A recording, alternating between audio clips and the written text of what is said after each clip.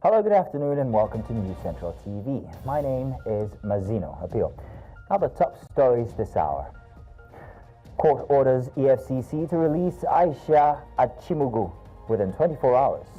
And billions of naira worth of goods go up in flames in late-night inferno at Just Terminus Market.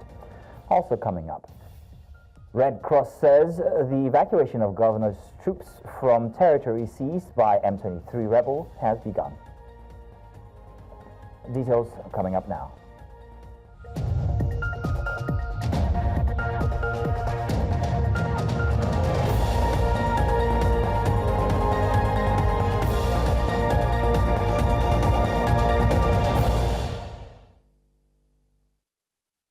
Now let's begin by telling you that a federal high court in Abuja has ordered the Economic and Financial Crimes Commission to release popular businesswoman and socialite Aisha Achimugu within 24 hours following her arraignment on Wednesday.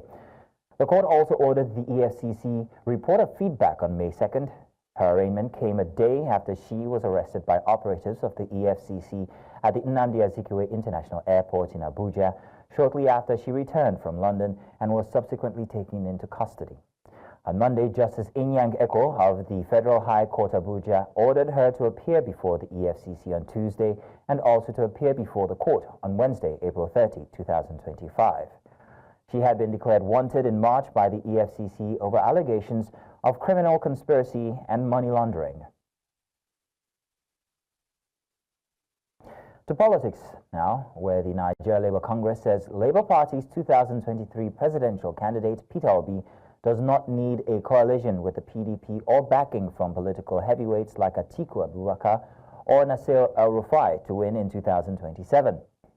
The Deputy President of the NLC Political Commission, Professor Theophilus Ndubwaku, made the declaration in an exclusive interview, stating that Peter Obi remains a strong and widely accepted candidate across the country. Ndubwaku insisted that Obi can defeat incumbent President Bola Tinubu in a free and fair contest without the backing of former Vice President Atiku Abubakar, former Kaduna State Governor Nasir El-Rufai, or any coalition with the PDP. Describing the opposition party as crisis-ridden and near empty, Professor Ndubwaku dismissed ongoing speculation about Obi possibly returning to the PDP. Now to discuss this, we're joined by political analyst Francis Chilaka. Mr. Chilaka, you're welcome. Thank you very much for joining us this afternoon, sir. Thank you very much. You're welcome. Now, let's talk about the issue at hand. What structural or electoral changes between 2023 and 2027 could make it possible for Peter Obi to win without a coalition? Let me start by saying that the Nigerian Labour Congress Committee, or whatever it's called, they are not in tune with the reality of Nigerian politics. They don't understand what it means to take power or wrestle power from an incumbent government. If they do, they wouldn't be saying such. Because as it stands today in Nigeria, if anybody has to take power from APC, there has to be a merger. Without a merger, you can't go it alone. We recall that in 2013 or so, we had a merger that led to the birth of APC, to take power from the PDP. So it's not like, if they keep saying, oh, Obi will do it alone, Obi will do it alone. Is it this fragmented Labour Party that is going to use? It appears that the Nigerian Labour Congress do not understand how fragmented their party is right now. On one hand, you have Apapa, you have Abure, you have Nenadi Usman. So what else are we looking at? The party is fragmented. So if you're saying that Obi can go it alone, what is the grassroots presence of Labour Party? What Labour Party suffered most in 2023 was the problem of grassroots.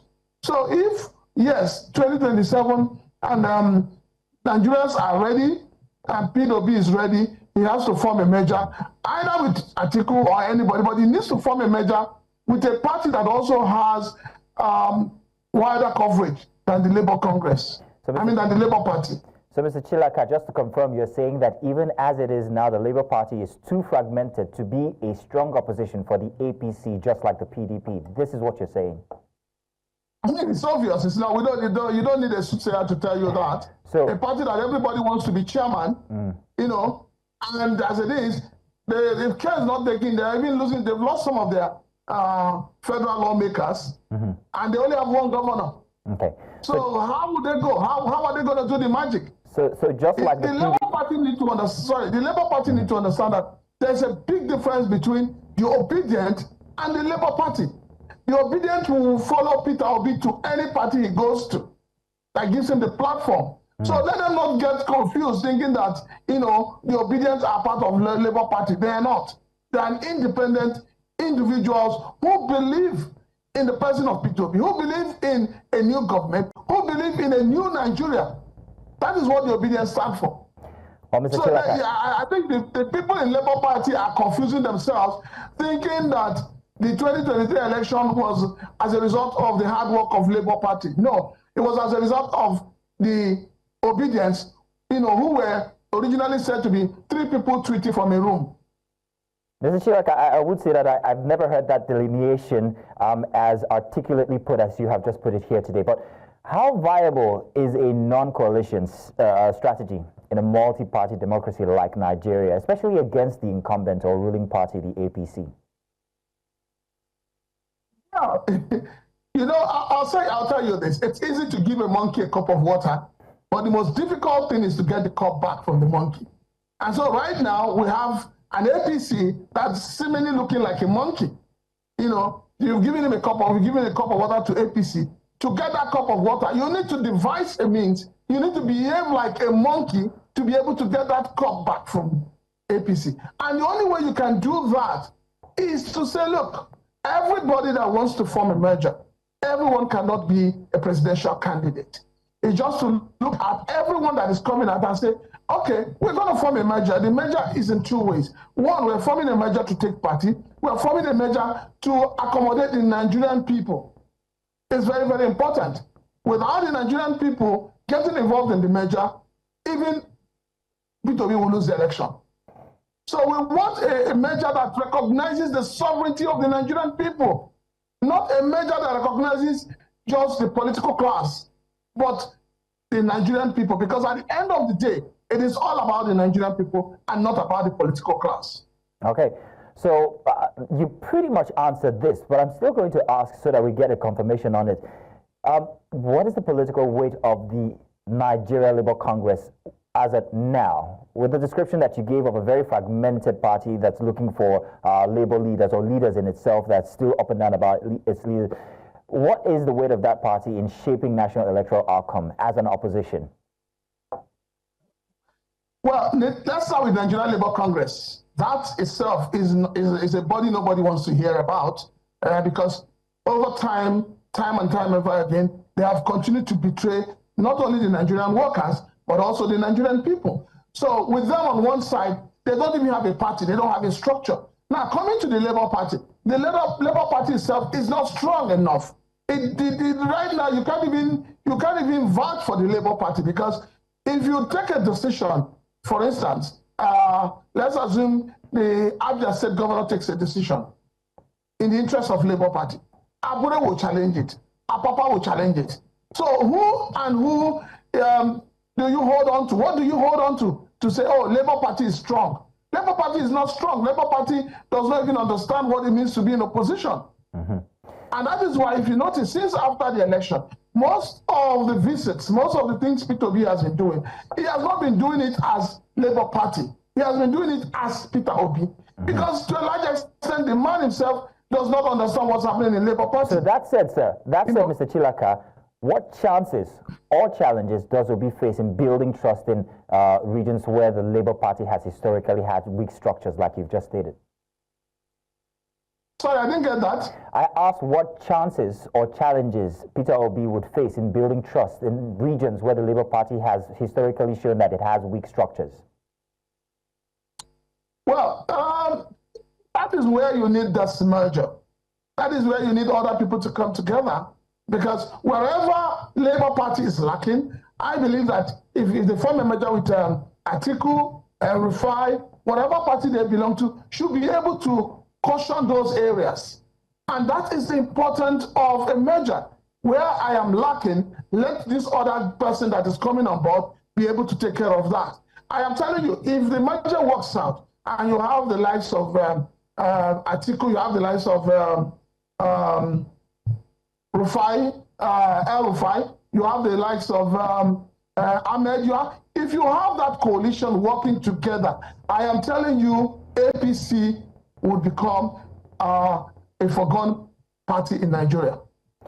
Mr. Francis Chilakas, I want to say thank you very much for your social media worthy cuts that you have just given us here today. Thank you very much, sir. You're welcome. Thank you.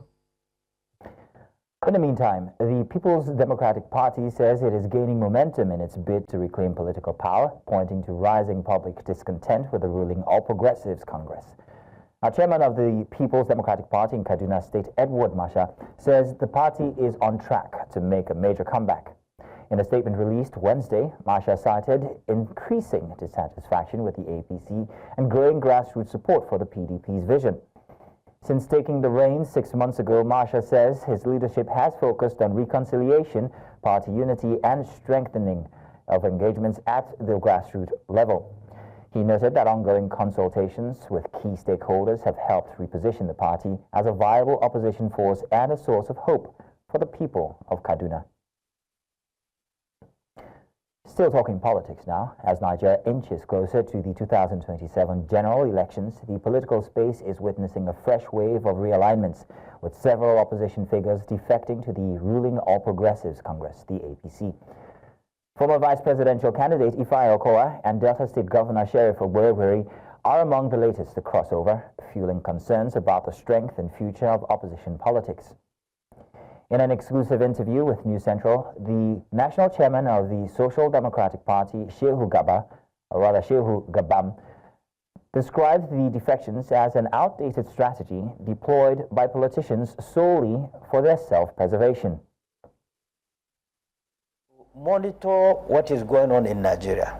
It is the same old tactics that is applying today. It wasn't as if it's a new innovation. Statistically, the defections largely do not affect the outcome of the result, because largely most of the governors of today are detached with their own people. We had a lot of pillars, a lot of information going around. Some people are trying to create crisis into the SDP as well. I'm calling the attention of the stakeholders to monitor what is going on in Nigeria. It appears that we are trying to restore anarchy instead of democracy that we choose as a matter of choice. We choose democracy, government of the people, by the people, and for the people. Some elements who do not believe in a democracy are trying to create anarchy within political cycles. If the aim is to have one party system in Nigeria, there's no need to have other political parties. They can be deregistered. That will be a constitutional thing, that Nigeria will have one party system. Otherwise, this nonsense has to come to an end. We're going to break now. When we return, billions of naira worth of goods goes up in flames in late night inferno at Jos Terminus Market. We'll bring you the details in just a bit. Stay with us.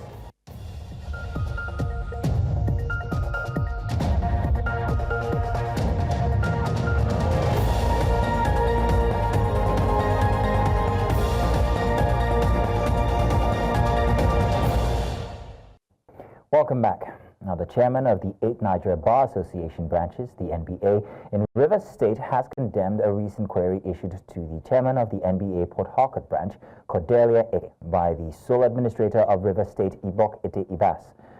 The query, dated April 25th and signed by the Director of Administration, Rivers State Ministry of Justice, accused Eke of serious misconduct, alleging that she co-authored a communique criticizing Ibas's administration for severe and brazen acts of lawlessness and impunity, as well as actions deemed unconstitutional, including the dismantling of democratic institutions and attacks on peaceful protesters.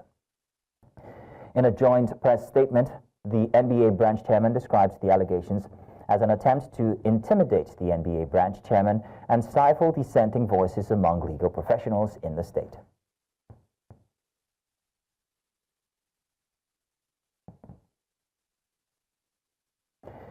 Now, a late-night fire has ravaged parts of the popular Terminus Market in Jos, Plateau State, Nigeria, causing billions of naira in damages.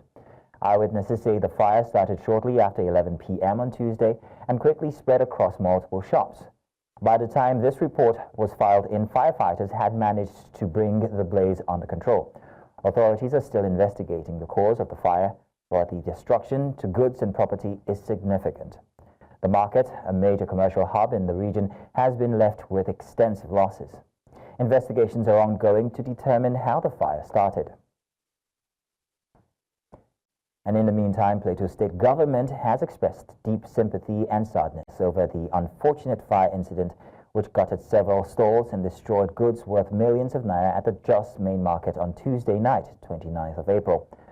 The unfortunate fire outbreak is a devastating blow to the state's economic hub, and we shared in the grief of those who suffered losses. Meanwhile, traders have been urged to continue to keep the prevailing peace in the state in spite of the hardship that the inferno may cause. Governor Caleb Manasseh Mutfwang has since mobilized a team to investigate the cause of the inferno to forestall future occurrence. Based on the report that we have received from chairman and the eyewitnesses that we have been getting from here, it is it began as a spark from a shop. So, but then we are not going to leave it at that. We would do everything to again unravel the root cause of this fire that has engulfed the terminus market, where about 500 shops have been reported to be burnt down. Can I also use this opportunity to plead with the citizens of Plateau to remain calm in a situation that we are going through as a people? This seems to be a trying moment for us as a people on the Plateau, hitting us on every side. But our resolve to remain committed, our resolve to have a will of resilience would help us to succumb all the pressures we are getting on every side. In the aftermath of a fire outbreak that tragically led to the death of 2 residents at the Wanori IDP resettlement camp, Borno State, Governor Professor Babagana Umara Zulum has extended financial assistance to the affected families. This follows a report by News Central on the plight of the victims at the internally displaced persons settlement. News Central's Umaru Kirawa, who has been following the development, here gives us a report. A recent fire outbreak at Wanori IDP's camp in Borno State left 2 people dead and several displaced families devastated. With the flames put out, inhabitants have since begun the reconstruction of their makeshift houses. Borno State Governor Professor Babagana Umara Zulum, alongside members of the State Executive Council, visited the temporary settlement, offering both words of comfort and urgent financial relief to affected residents.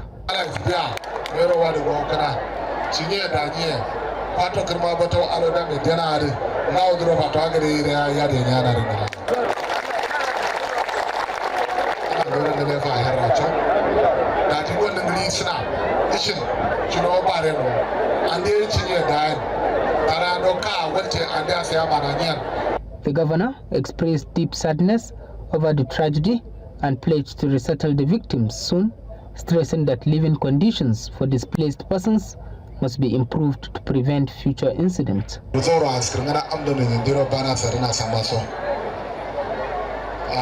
Deputy National Chairman of Sanabana Sirina, Commissioner, Shebana Sirna, Kashu Bana Sirna, Abuna Bana Sirna, Samasora Skrimana, Amadai. Kende iskana da mana karami wanti ke we tunda kanwa da yoro ce tana da je a ngawo ne yoro sanna idan we iske ne da la to basso kaliko da ala ras krinyana ala huro a shirya zamsu. Community leaders praised the efforts, noting that such initiative is critical to ensure the displaced persons pick up the pieces of their lives. Tenga kwata andera chinnai ande kamare andera kerende sinana note andera chada shoro askirnyana dai kuru suraden andera na bare andera kana la kurumja askirnyana ande amwano reri anma manyen manan zaman ade zuka andera bana sirina rero askirnyana inshallah amde ko gamen kandi gaya nemba ande so seneto ande so awla so samma soro godenyana chiza daza kala ni matta sautu ganda zuwa andera godna sarna ma kodna. The displaced families are holding on to the promises of the government to come to their aid. They are hopeful that this will help them resettle and rebuild their lives. In Wanuri for News Central, Omar Kirawa. The Nigeria Police Force has officially resumed the issuance of tinted glass permits nationwide following a directive from the Inspector General of Police, Kayode Egbetoku. In a statement released on Wednesday, the Force Public Relations Officer, Olumuyiwa Adejobi, confirmed the decision, stating it was made in response to widespread concerns over the treatment of vehicle owners with factory-fitted tinted windows. The police acknowledged that many modern vehicles come with tinted windows designed for comfort, safety, and aesthetics. However, they also emphasized the need for a regulated system, citing the misuse of tinted glass by criminals as a growing security risk. As Nigeria aspires to achieve 95% digital literacy by 2030, the National Information Technology Development Agency and other stakeholders have converged in Abuja to deliberate on ways at harnessing opportunities within the digital landscape for Nigerians in hard-to-reach rural and underserved communities. These were among the deliberations at the start of a two-day digital literacy workshop in Abuja, bringing together young Nigerians for the step down to the Digital Literacy for All program, with plans to inaugurate a technical work group to reach the target goal. News Central's correspondent Aishat Salihu brings us the details. Youth nationwide will help shape an achievement of optimum digital literacy among Nigerians have been identified as infrastructure deficit, the digital divide, educational landscape, among others. With the federal government's initiative like the National Digital Literacy Framework set up to cover existing gaps, experts in the sector say that they are now targeting Nigeria's budding youth population. This two-day workshop aimed at strengthening and building the capacity of youth nationwide will help shape ideas and leverage opportunities among the nation's grassroots. Those of us that are to implement this, develop the strategy, must understand what digital literacy is all about. Maybe prior to now, it would be sufficient just to say that digital literacy is a mandate of an organization. But today, we realize that digital literacy is a strategy for survival as a country. It's a strategy for national security. It's a strategy for health. It's a strategy for education. It is in everything. Therefore, it is important for us to begin to mainstream digital literacy into governance. We have been partnering with the National Youth Service Corps, NYSC, and in fact, we actually have a CDS program that addresses that specifically now. We have the corps members that serve as our partners in the states, in the local governments, spread across all over the country. That is one way we have identified to scale, and already we are achieving quite a lot of traction. Beyond skills acquisition, accessibility and affordability of digital devices is key, and the provision of such to institutions of learning should be given priority. We need to extend it to the rural areas so that whatever we are seeing now is from the surface, because we are dealing with the urban areas, but we need to go down to the rural areas, primary schools, secondary schools, and then universities, colleges of education, polytechnics at the rural areas, supply them with these gadgets so that they can be able to teach digital literacy effectively to our pupils, our students that are there. And at the end of the day, you can see that those students can act as catalysts in the whole ecosystem of Nigeria, and they are the ones that will now come out and spread that gospel of digital literacy into the whole Nigeria. Although Nigeria aims for 95% digital literacy by 2030, available data says that over 50% of its population lacks digital skills. Experts believe that with proper implementation of existing government initiatives, Nigeria can achieve this target. In Abuja, for News Central, Aishat Salihu. The federal government says that it will cancel its bilateral education agreement scholarship program for 2025, benefiting Nigerian students schooling abroad. The Minister of Education, Tunji Alausa, made this known in Abuja while meeting with the leadership of the National Association of Nigerian Students.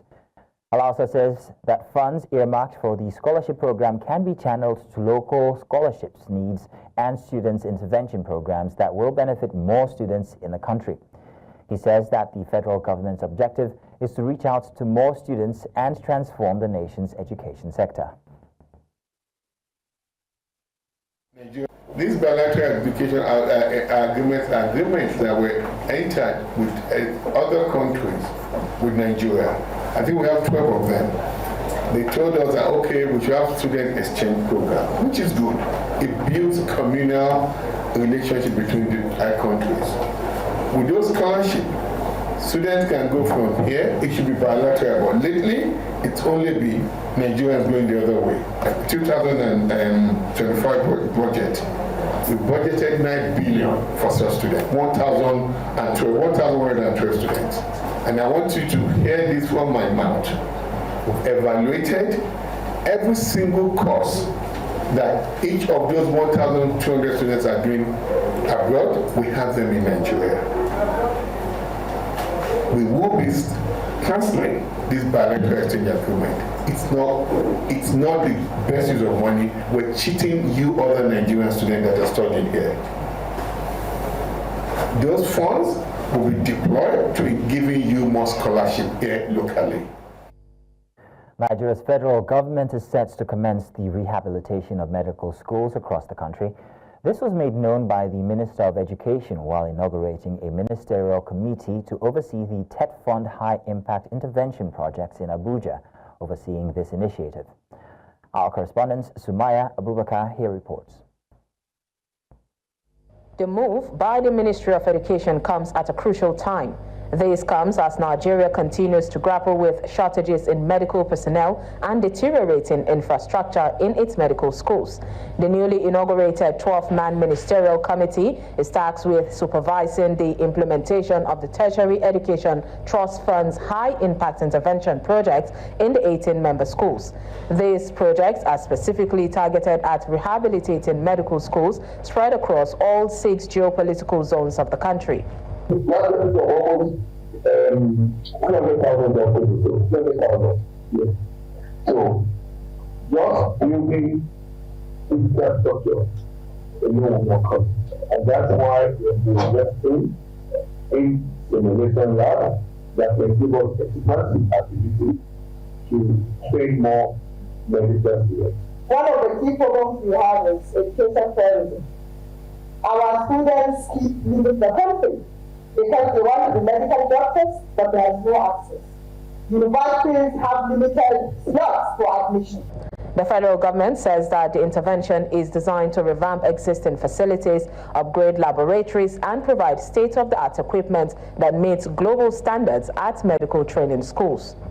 We are rehabilitating and modernizing key infrastructures, lecture centers, laboratories, hotels, clinical learning environments to significantly increase enrollment in medicine, dentistry, pharmacy, and nursing programs across these universities. This initiative seeks to rehabilitate and upgrade medical schools across the country, ensuring the next generation of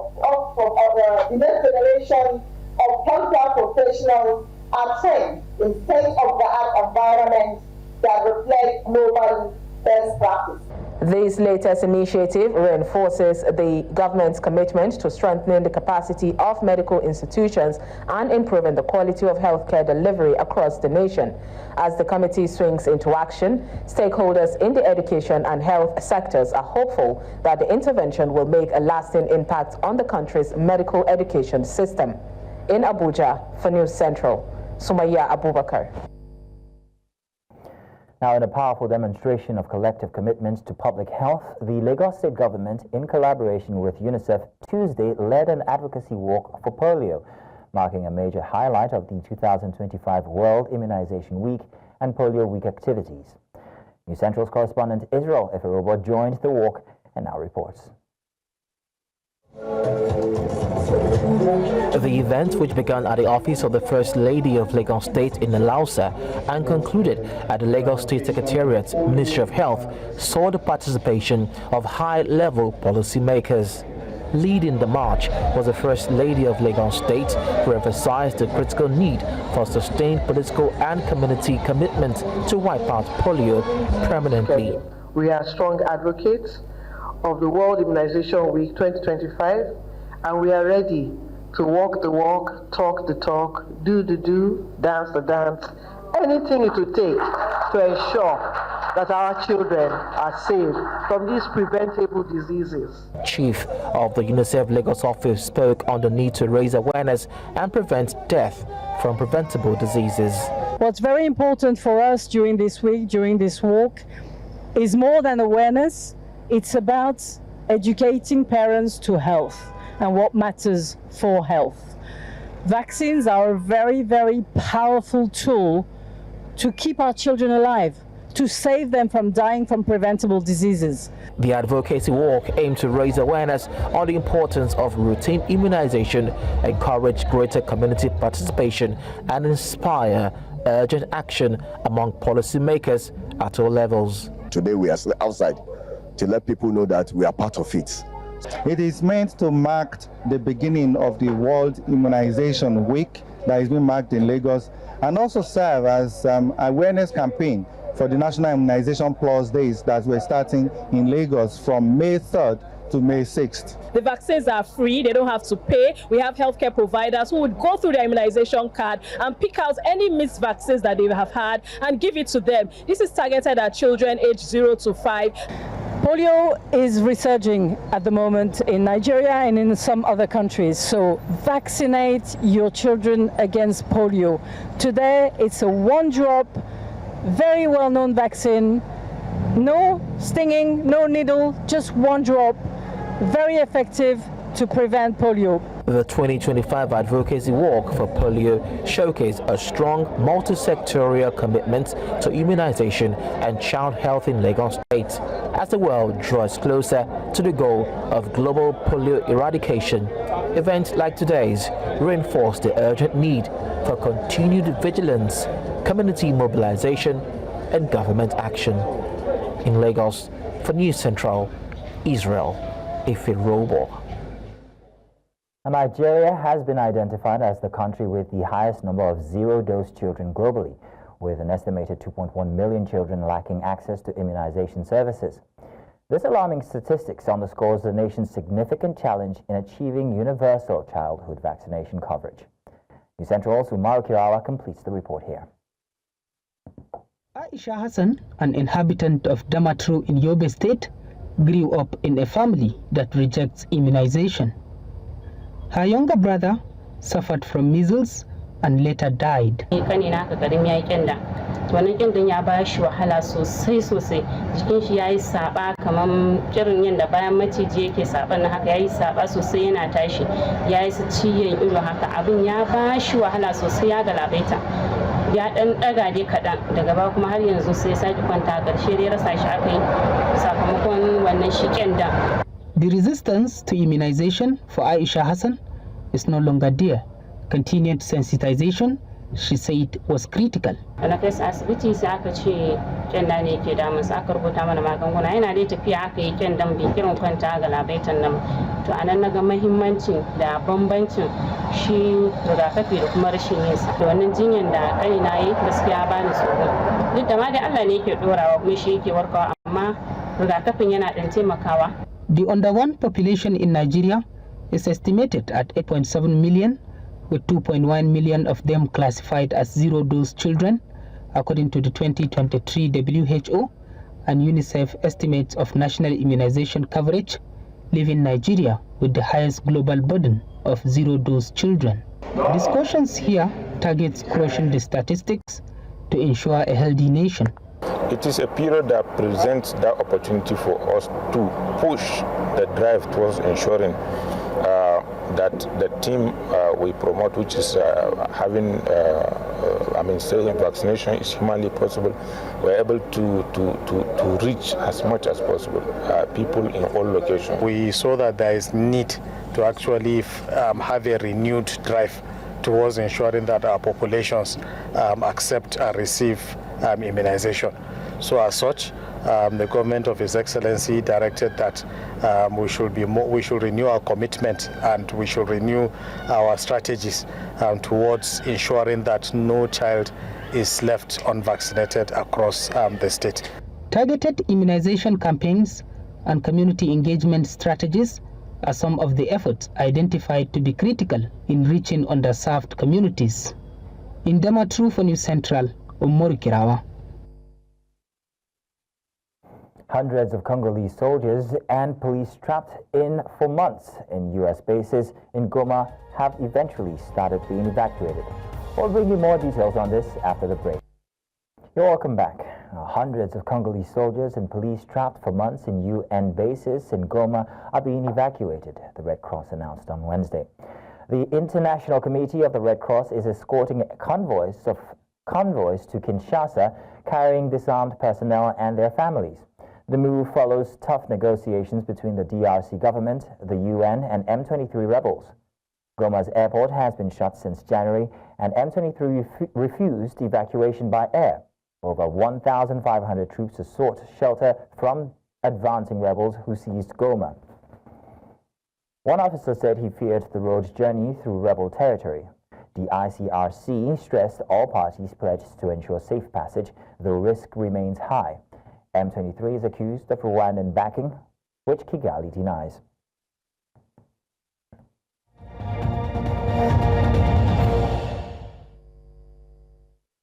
And Kemi Badenoch has accused British Prime Minister Keir Starmer of complicity covering up of rape gangs as she demanded a national inquiry into the child grooming scandal.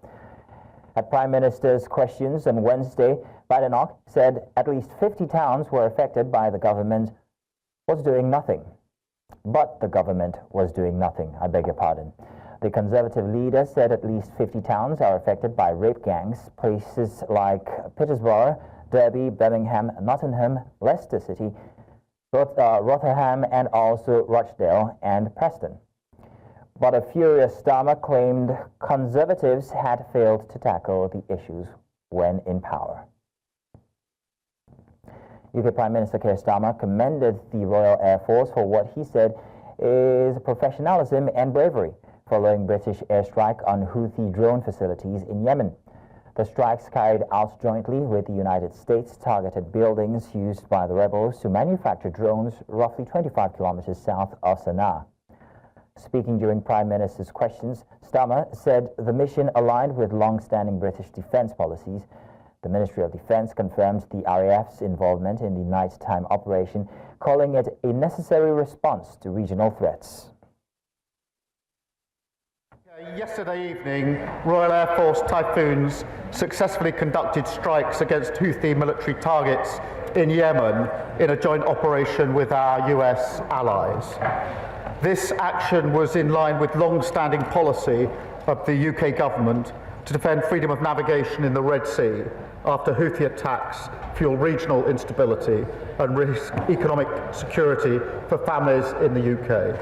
Mr. Speaker, I'm pleased to say that all UK aircraft and personnel returned safely, and I pay tribute to the professionalism and bravery of all our servicemen and servicewomen.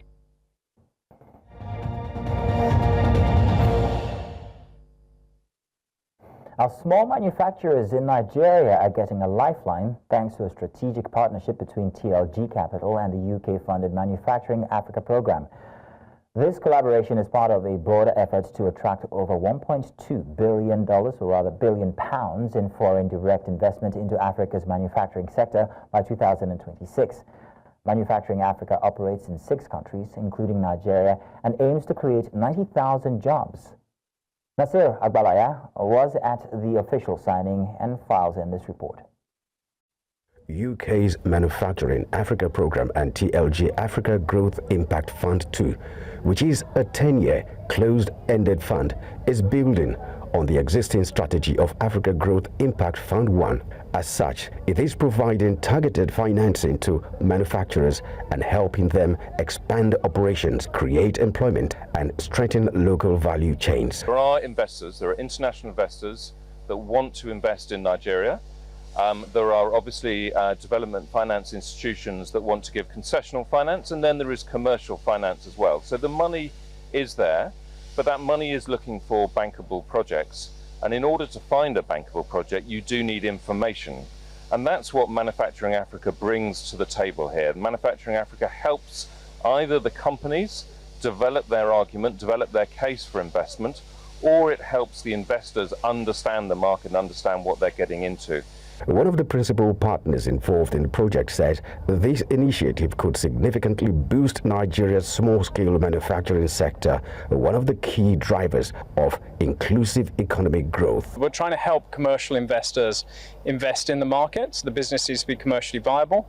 It needs to create jobs and needs to be in the manufacturing sector.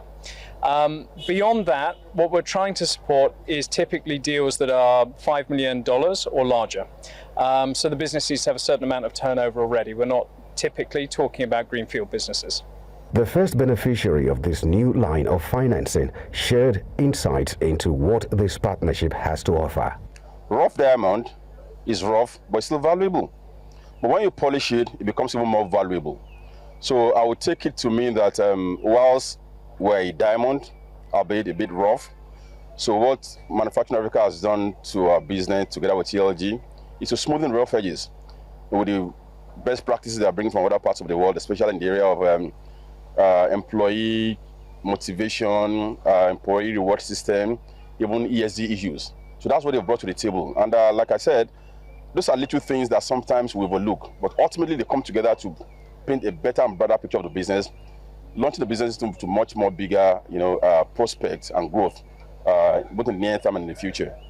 Together, these initiatives mark a turning point where development finance meets private capital and where African innovation gets the tool it needs to thrive.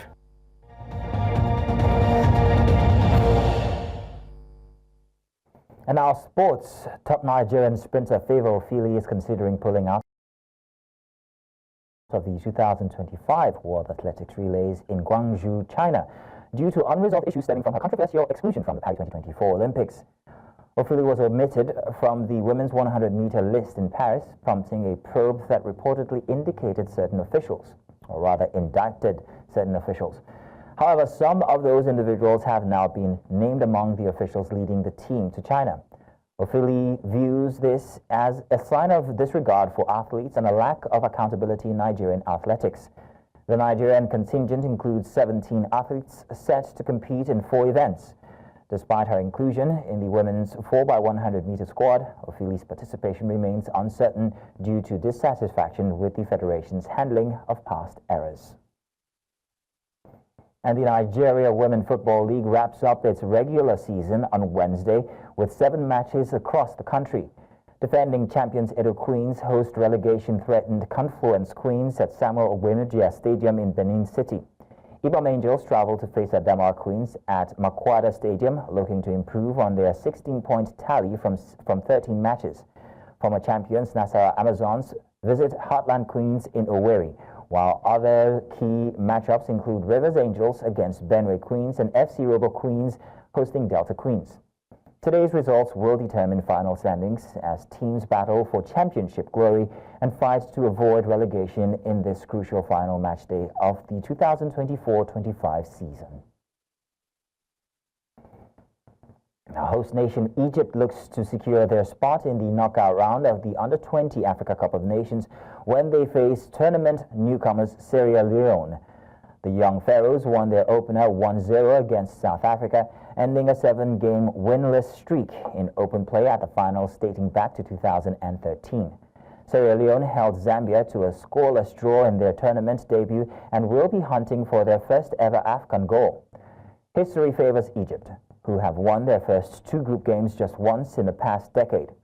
Kickoff is set for Ismailia Suez Canal Stadium, with Egypt hoping to overcome their recent struggles against West African opponents. The win would guarantee Egypt's advancement to the quarterfinals with a game to spare.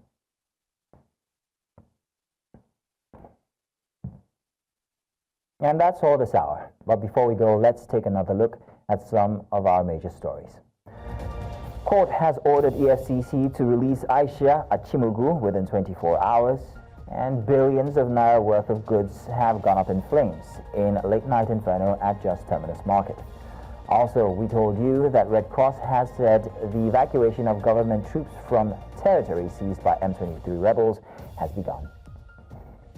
Now, do remember you can send your eyewitness reports to the WhatsApp number displayed on your screens now. And do follow us on social media. We are at News Central TV. You can watch News Central live on DSTV channel 422, GoTV channel 23, Star Times channel 274, Avo TV, and of course on YouTube. Many thanks for watching. My name is Mazino Apio.